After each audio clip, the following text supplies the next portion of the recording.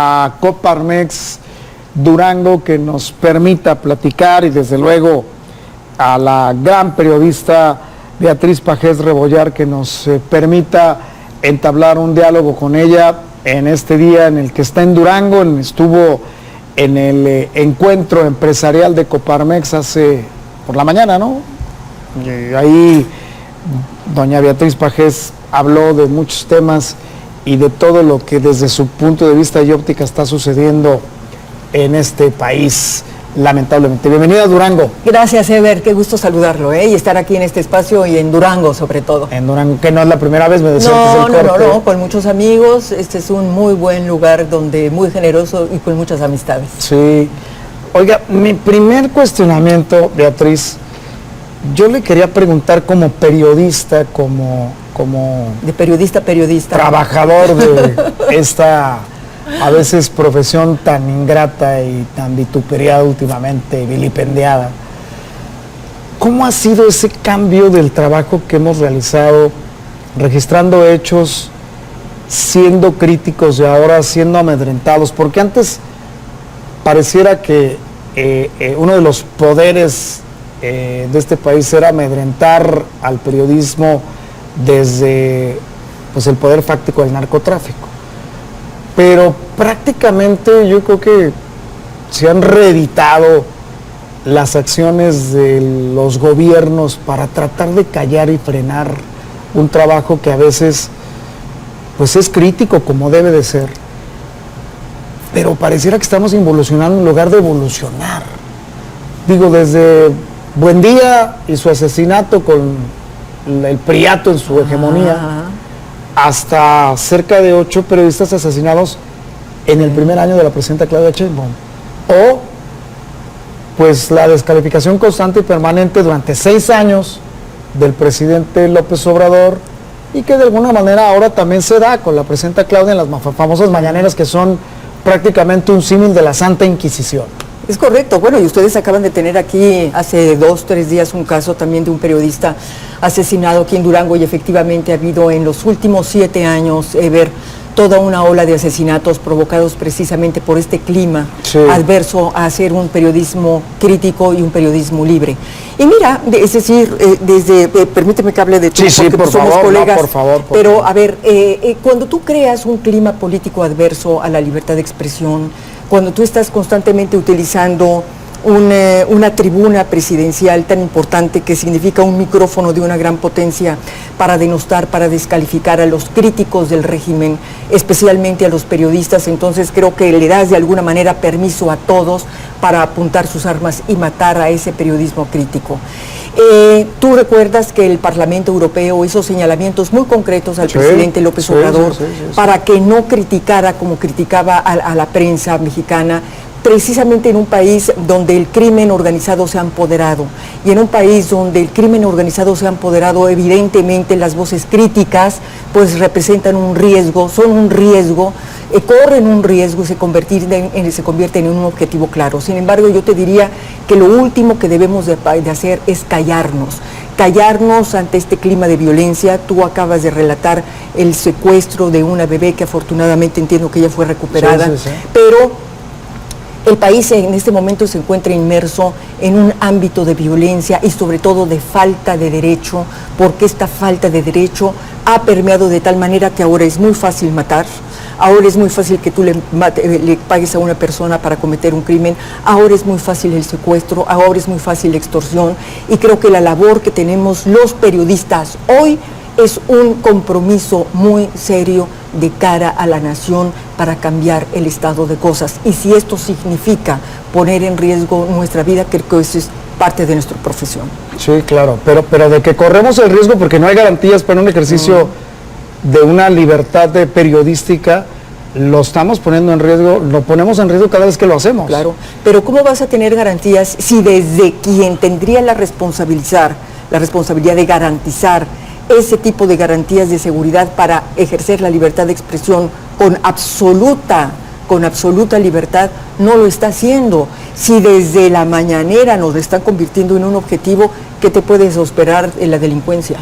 Sí, es parte, y más cuando ya se habla de esa complicidad cada vez más fuerte entre algunas regiones. Por ejemplo, el caso de Sinaloa. Sí. Tenemos otro caso, la desaparición de Carlos Emilio en Mazatlán, en un antro, que de pronto entró al baño, ya no salió, ya no se sabe dónde está. Y ya va para el mes de su desaparición, con una desfachatez de Rubén Rocha, gobernador, que dice ser gobernador de Sinaloa, pero realmente sabemos que no gobierna Sinaloa. Mira, Ever, y lo que no vemos tampoco es esa gran voluntad política para desmantelar toda esta red criminal. Porque no solamente se trata, como ahora, es decir, ahora tenemos con la llegada de Omar García Harfuch, sí un cierto cambio entre que efectivamente ahora los abrazos, no balazos, han sido sustituidos por ciertos operativos donde... Y por los balazos. Y por los balazos, y donde detienes a ciertos grupos, y donde detienes a ciertas cabecillas, cierto, muy bien. Pero aquí lo que se necesita, y creo que es de alguna manera lo que está pidiendo Washington, lo que está pidiendo de Estados Unidos, es el desmantelamiento y esta complicidad entre el crimen y el poder político. Tú mencionas el caso del gobernador de Sinaloa, pero podemos mencionar otros casos, es decir, de gobernadores que actualmente están en funciones y que llegaron al poder de la mano de la criminalidad. Y estás hablando de Michoacán, y estás hablando de Sonora, y estás hablando de Tamaulipas, y estás hablando de muchos otros estados. Entonces, eso es lo que debe de combatirse para que entonces lo que estás haciendo arriba pueda trasminar abajo y entonces puedas combatir de verdad, de raíz, la criminalidad. Hay unas declaraciones que hizo en su momento otro personaje periodístico como Ciro Gómez Leiva cuando intentaron asesinarlo. En una entrevista que le hace a Andrés Manuel López Obrador, le dice, no va a haber cuarta transformación si no existe un freno a la delincuencia y se pacifique el país. Pues ya llevamos 7 años y el país sigue igual. Pues mira, efectivamente, López Obrador falló. Pero además, es decir, no puede haber transformación, es decir, esa es la propaganda oficial, la transformación. Sí. Pero aquí la pregunta es, ¿en qué consiste esa transformación? La transformación es a favor del poder del crimen, porque si la transformación es a través de reformas inconstitucionales, que tú acabes con la autonomía y la independencia del Poder Judicial, si la transformación significa que apruebes una ley del amparo que está garantizando más, pero que está dejando en la indefensión a los ciudadanos, si la transformación significa que vas a hacer una reforma electoral para esto regresar al Estado, para regresar al gobierno, el poder de controlar y resolver y determinar resultados electorales, pues a mí me parece que eso no es una transformación, esa es una regresión, Ever. Claro. Y es una regresión, yo te diría que no solamente, ni siquiera a los momentos del priismo más autoritario, yo te diría que esto es un retroceso mucho más significativo, vamos, y además es colocar al país a hacerlo cada vez más parecido a cualquier dictadura latinoamericana, ya sea la de Venezuela o sea la de Cuba, por ejemplo. Que eso ha sido muy criticado por los pronunciamientos que la oposición ha tenido, ¿sí? Cuando compara Venezuela y Cuba con México, y lo critican, y aparte es que ya no saben otra más que pegarnos por ahí, pero la realidad es que cada vez nos parecemos más, ¿no? Pero además esa es la tirada. No solamente es que esto sea un invento, este siglo de la tirada, y vamos, si se tratara de una receta de cocina, tú lo que ves de día a día es que el gobierno de la 4T está cumpliendo pie a la reta con esta receta. Lo mismo que sucedió en Venezuela con la reforma al Poder Judicial, de tener bajo el control a los ministros, a los jueces, es lo que estamos haciendo. En el caso de la reforma electoral que viene y que seguramente Morena la va a aprobar en febrero, sí, porque claro, pues tiene la mayoría, completa. Bueno, si tú revisas la propuesta, es exactamente lo que hizo en su momento Hugo Chávez y después lo repitió Maduro. Es decir, vamos, la ruta es la misma, y esta vinculación de la cual estamos hablando tú y yo entre la criminalidad y el poder político, bueno, pues es precisamente lo que ha venido alimentando y financiando a la dictadura venezolana. Es lo mismo, y por eso hoy la prensa tiene la gran labor y la gran obligación moral y profesional, Ever, de no apartar la voz de esto en lo que estamos insistiendo. ¿La prensa y la oposición? Y la oposición, claro. Pero la oposición, ¿dónde está? ¿Usted la ha visto? Buena pregunta, ¿y la oposición dónde anda? Pero ¿qué hace la oposición? Fue buena pregunta. Mira, ahora que estuvimos en la mañana justo en esta conferencia con Coparmex, yo hablaba de esto, es decir, creo que aquí el gran reto que tenemos, prensa, ciudadanía, es presionar a los partidos políticos de oposición para que cumplan con su obligación de ser oposición, pero por miedo o por complicidad o por comodidad no lo están haciendo. O por antecedentes, ¿no? O porque tengo un expediente muy largo, ¿no? Un expediente muy largo, porque se refunda el PAN. Según esto, se relanza el PAN. No se refunda, se relanza. Se relanza. Pero, ¿en qué se relanza? ¿Cuál es lo nuevo? ¿qué dice Jorge Romero al respecto? ¿Que Jorge Romero es un líder del tamaño de alguien enfrente de Morena, por ejemplo? No. Sí, y además, mira, faltaron efectivamente cosas, yo diría. O Alito, por ejemplo. Sí, claro, claro. Los peores dirigentes en el peor momento del país. Sí, es decir, sí. porque además, a ver, si tú vas a hacer el relanzamiento de un partido político que necesita efectivamente tener un rostro totalmente distinto, entonces primero decídete a hacer una verdadera oposición y sobre los temas claves. ¿Cuál fue uno de los temas que estuvo ausente en este relanzamiento, en el caso de Acción Del PAN, Nacional? sí. El tema del crimen organizado. Sí, claro. Es decir, tú hoy Claro. no puedes ser oposición si no te dedicas a denunciar esta vinculación entre el poder y el crimen organizado. Sí. Si no lo haces, estás en una falta histórica. Vamos, estás en una falla moral impresionante, porque el gran problema que tiene hoy México, el futuro de México no va a poder transitar si tú no resuelves esta parte de la complicidad. Volvemos a los expedientes. Entonces, Sí. cada vez más Jorge Romero hace patente el adjetivo del que siempre es blanco todas las mañaneras, o cuando se aprovecha el tema, que es el cártel inmobiliario. Sí. Algo debe Jorge Romero, como para no abrirse de esa forma y decir, el vínculo entre el gobierno y el crimen organizado está ahí. Tienes que tener la cola corta para Sí. tener la lengua larga, o cuando menos para tener la plena libertad Totalmente. de hablar.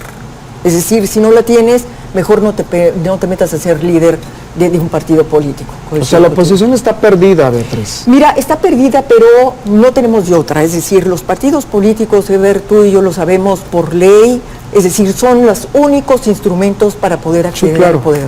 Y ahora lo único que nos queda a los ciudadanos es que la ciudadanía presione a los partidos políticos para que cumplan con su responsabilidad.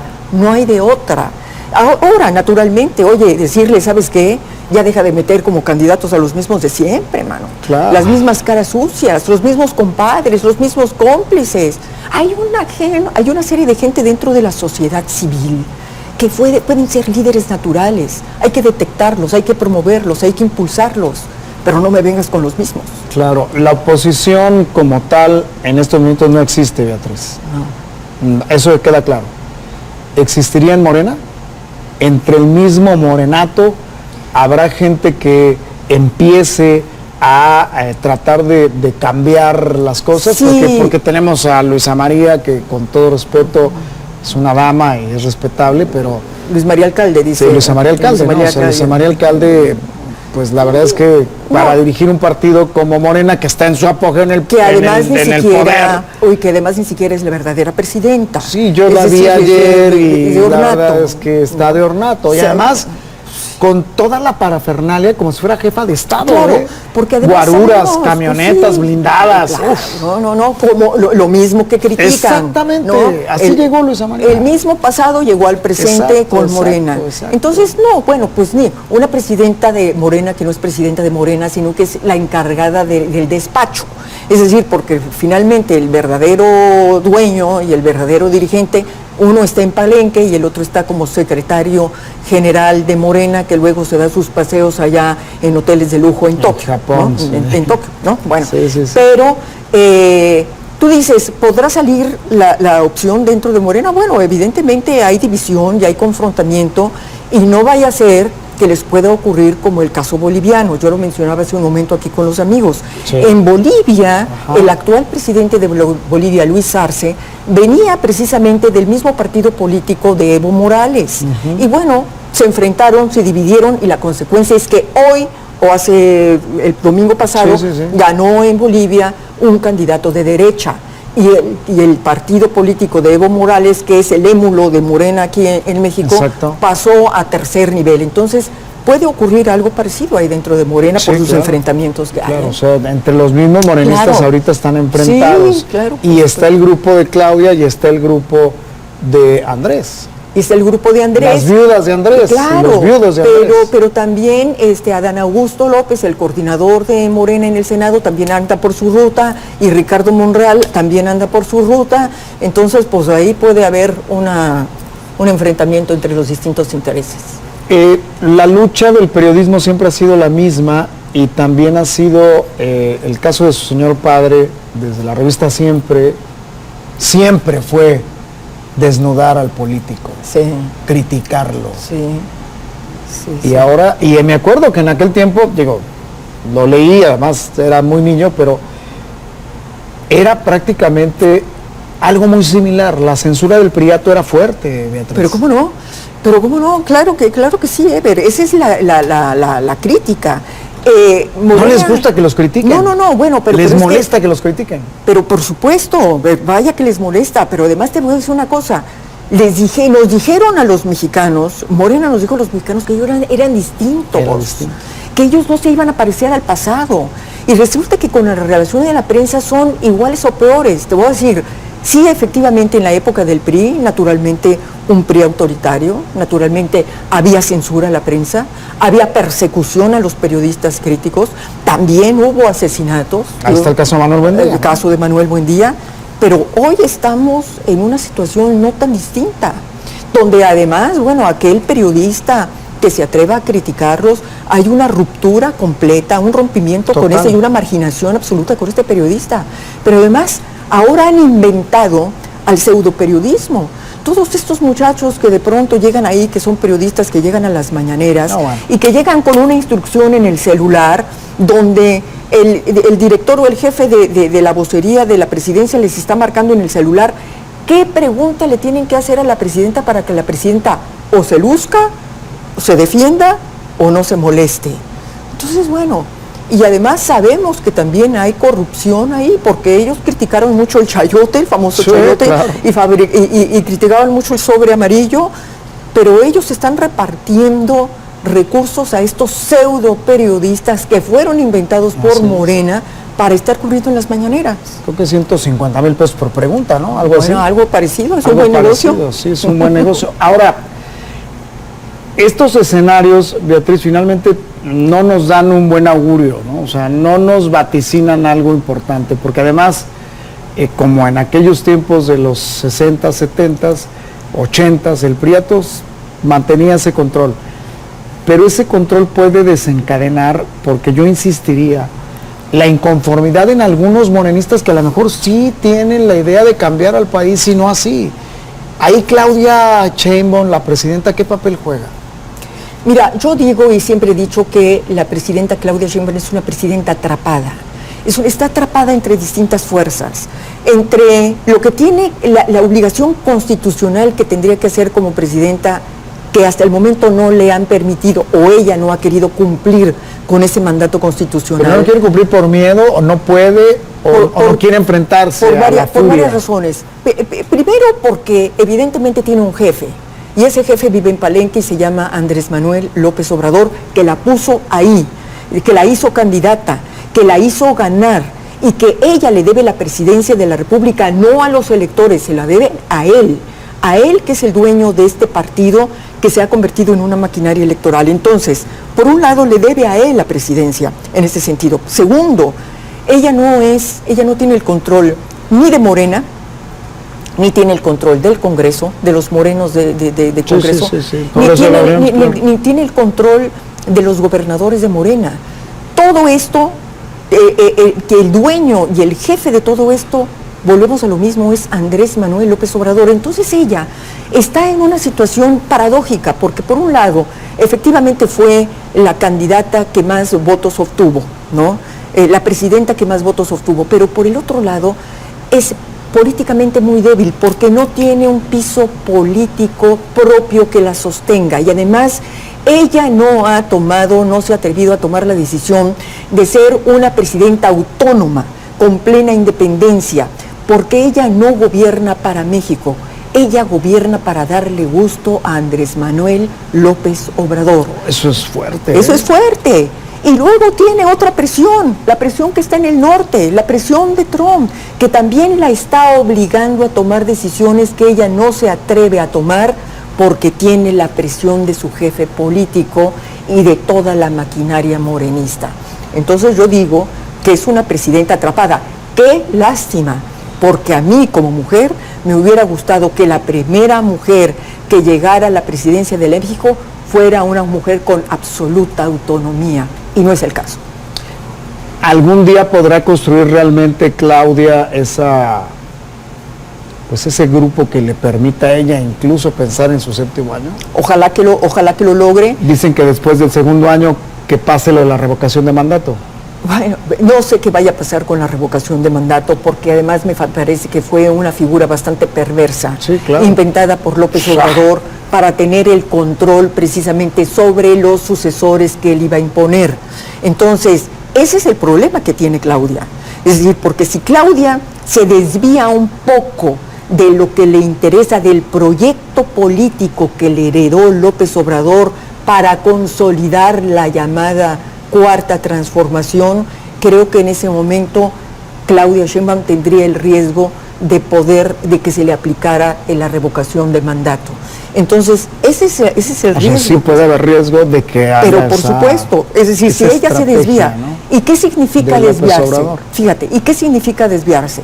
Desviarse significa que, por ejemplo, la reforma al Poder Judicial, también por la presión de los norteamericanos, tuviera que corregirse.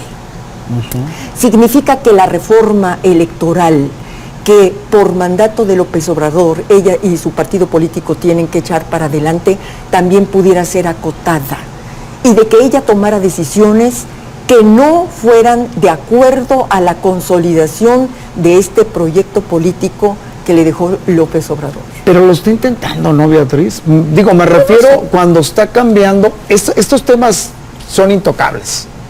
Me queda claro que el tema de la reforma política, lo que pasó con el Poder Judicial, es intocable. Como que ahí sí guarda totalmente al pie de la letra lo que le indique o lo que se planteó al inicio de la famosa Cuarta Transformación. Pero lo está intentando. Digo, yo veo a Omar García Harfuch enfrentando, tratando también de decir, a ver, ya los abrazos no funcionaron.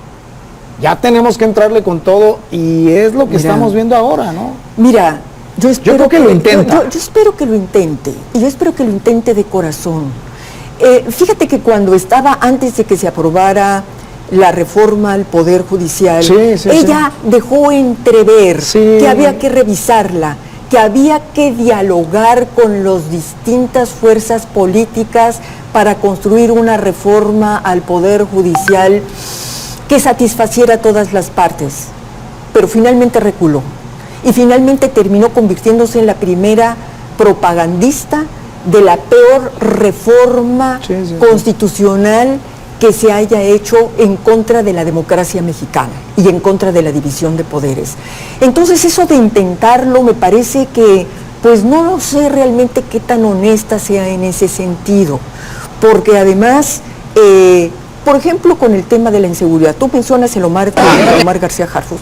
Cierto, Omar, decíamos, bueno, está combatiendo acá, combatiendo allá, de alguna manera está cambiando esta de la política de los abrazos no balazos, pero aquí el problema es de más fondo, y de más fondo es estructuralmente acabar con las estructuras del crimen organizado y su vinculación con el crimen político, que ahí yo no veo luces, Ever. Ahí yo no veo que realmente haya un intento de hacerlo, porque ni veo a un Adán Augusto, ni veo a un gobernador X o Y a los cuales se les esté obligando a renunciar, cuando menos para investigarlos.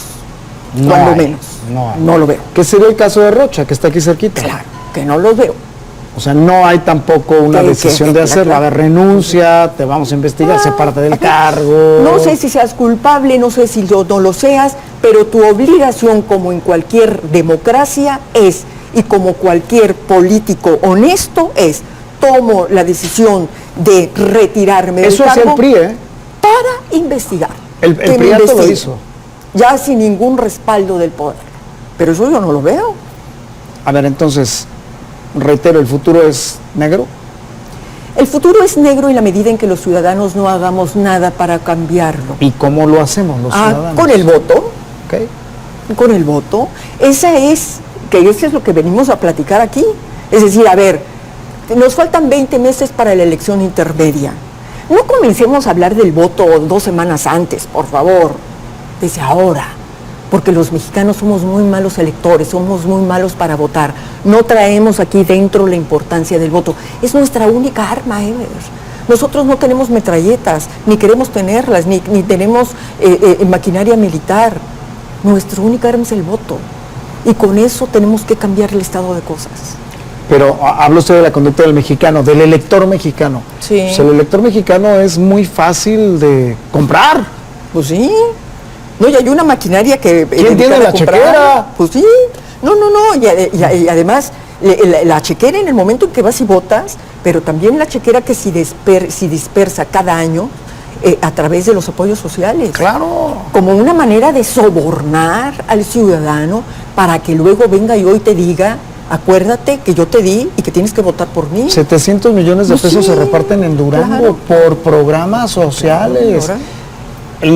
El apoyo a los adultos mayores, el apoyo a las madres solteras, la escuela digna, el apoyo a las becas Rita Cetina, las becas Benito Juárez, Sembrando Vida.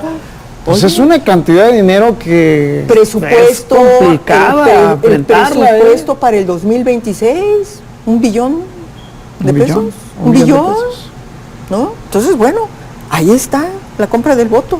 Vamos, no queremos decir con esto que los apoyos sociales deban de desaparecer de ninguna manera. Es decir, pero yo te diría que pudiéramos construir 2 caminos paralelos. El apoyo social para resolver la emergencia de la pobreza, ¿sí? El hambre, pero por el otro lado, oye, construye una economía que permita a los mexicanos tener más empleo y empleo decente, fuentes de trabajo que realmente permitan al mexicano salir de raíz de la pobreza. Pero eso no se está haciendo. Estás haciendo estás repartiendo lana porque me conviene, porque voten por mí, pero no estás creando las condiciones económicas para que tú, Ever, o yo, Beatriz, dejemos de ser pobres de por vida. Sí, claro. Pero sacamos a 13 millones de la pobreza.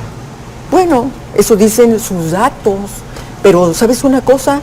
Yo veo en los hospitales públicos que ahí no hay ni siquiera aspirinas. Y yo veo en las escuelas públicas que ni siquiera hay pupitres. Eso también es pobreza. Ahí está la pobreza y eso no se está resolviendo. ¿Y sabes qué dejó flotando la pobreza? Lo que acaba de ocurrir en las inundaciones en el sureste del país. Totalmente. Los ríos sacaron a flote la pobreza. Sí. ¿No? Que también ahí tenemos que reconocerle que la presidenta fue al lugar de los hechos, lo que nunca hizo Andrés. No, eso está muy bien. Sí, porque Andrés fue a su estado cuando se inunda, Villahermosa se inunda todos los días, y ahí dijo que él no se metía al agua que porque no quería enfermarse, y luego sobrevoló la región. Sí, claro. Sí, pero ¿sabes una cosa? Me parece que el político, el nuevo político, el político de verdad, debe dejar de ir a determinados lugares a abrazar gente y a cargar niños. Claro. No, toma las decisiones correctas para impedir que ese tipo de inundaciones y ese tipo de desastres naturales vuelvan a darse. ¿Sabes una cosa? No desaparezcas el Fonden por principio, ¿eh? No elimines los recursos que son precisamente para prevenir y a dar ayuda a este tipo de cosas.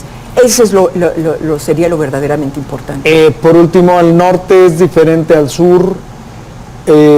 Probablemente pudiese haber otro enfrentamiento entre el norte y el sur cuando vemos ideológicamente que son distintos en la forma de pensar de los mismos mexicanos. Mira, sí podemos ser distintos en tradiciones y podemos ser distintos en la forma de hablar y podemos ser distintos también en la forma de pensar, pero a mí me parece que No sé a quién le puede interesar enfrentar al norte con el sur, porque aquí la labor y la misión más pues importante... Pues el mismo gobierno, yo lo veo todos los días.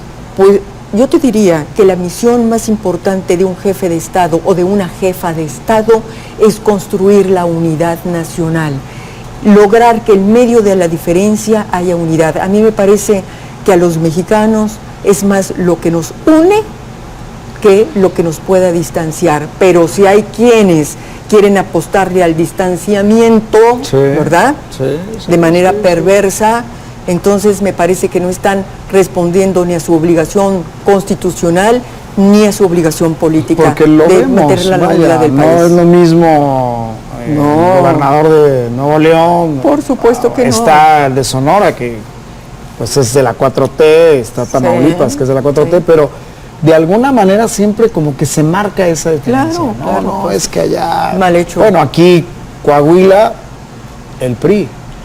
Durango, el PRI. Nuevo León, Movimiento Ciudadano. O sea, ahí pareciera... Y allá en el sureste Morena. Y allá en el sureste Morena, ¿no? Y allá en el centro del país. Chihuahua, sí, el PAN. Claro. ¿No? Pero también, bueno, hay razones socioeconómicas totalmente. Que explican esto, ¿no? Sí, pero totalmente. yo te diría, yo insisto, a mí me parece que un presidente o una presidenta de la República, su obligación más importante es posibilitar la unión de México. Y ojalá despertar a la oposición, Beatriz. Ojalá la oposición ahora, realmente se tú y yo como periodistas tenemos que ayudar a eso. Ojalá, sí, claro. No nos queda otra. Aunque se nos vaya el alma en eso, ¿no? Aunque se nos vaya el alma. Gracias, Beatriz. Gracias, Pajes. Eder, mucho un gusto tenerla encantada aquí. Y un placer. Gracias Coparmex, gracias a nuestro presidente de Coparmex, Pancho, que estuvo aquí con nosotros. Gracias por estar aquí con nosotros. Vamos a una pausa, regresamos.